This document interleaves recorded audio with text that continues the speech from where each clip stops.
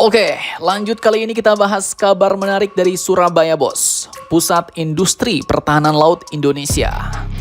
Jadi PT PAL kali ini baru saja menerima kunjungan penting dari pejabat tinggi Inggris. Dan kunjungan ini bisa jadi sinyal kuat, Bos, akan arah baru kerjasama pertahanan maritim Indonesia ke depannya.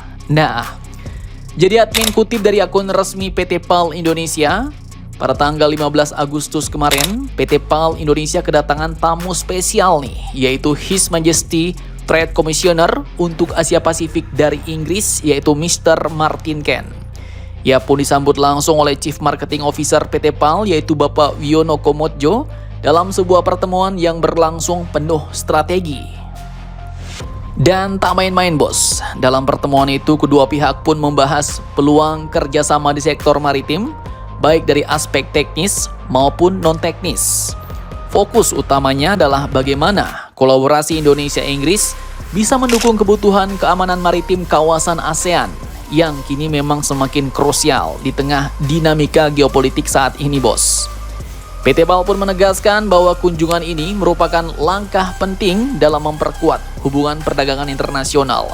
Bahkan lebih dari itu, kunjungan ini pun juga mempertegas peran PT PAL sebagai pemain utama dalam industri pertahanan maritim bukan hanya di Indonesia, tapi juga di kawasan regional. Nah, itu dia fakta atau berita resmi dari PT PAL, Bos.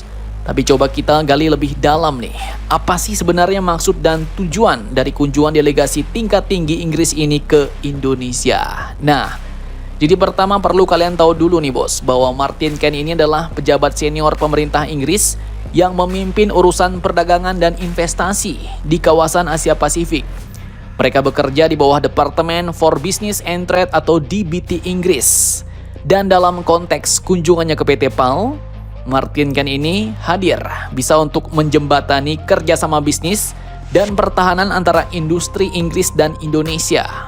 Bahkan ia juga bisa membuka akses dukungan pembiayaan ekspor atau UKEF dan memperlancar jalur diplomasi dagang supaya proyek seperti Frigate Merah Putih berjalan lancar dan bisa berlanjut ke kerjasama lainnya. Nah, jadi menurut pandangan Mimin ya, kunjungan ini bisa kita kaitkan dengan kerjasama besar yang sedang berjalan saat ini, Bos, yaitu proyek Frigate Merah Putih.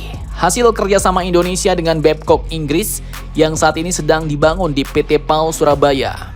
Dua frigate ini pun bukan sekedar kapal perang biasa, tapi ini adalah simbol kolaborasi strategis yang menghadirkan transfer teknologi langsung dari Inggris ke Indonesia.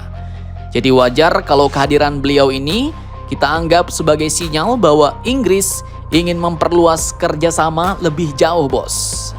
Jadi mungkin ya kedepannya tidak hanya berhenti di frigate, tapi bisa merambah ke proyek-proyek lain di sektor maritim.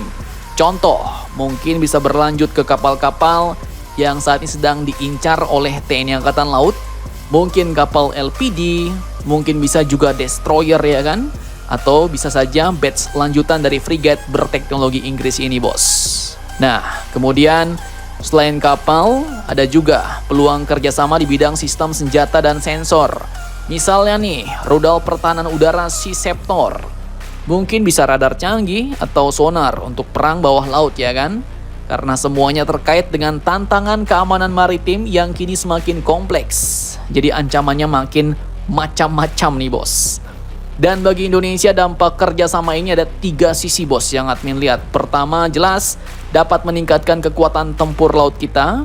Yang kedua, yang memang diincar yaitu transfer teknologi nyata bisa berjalan dan terus bertambah.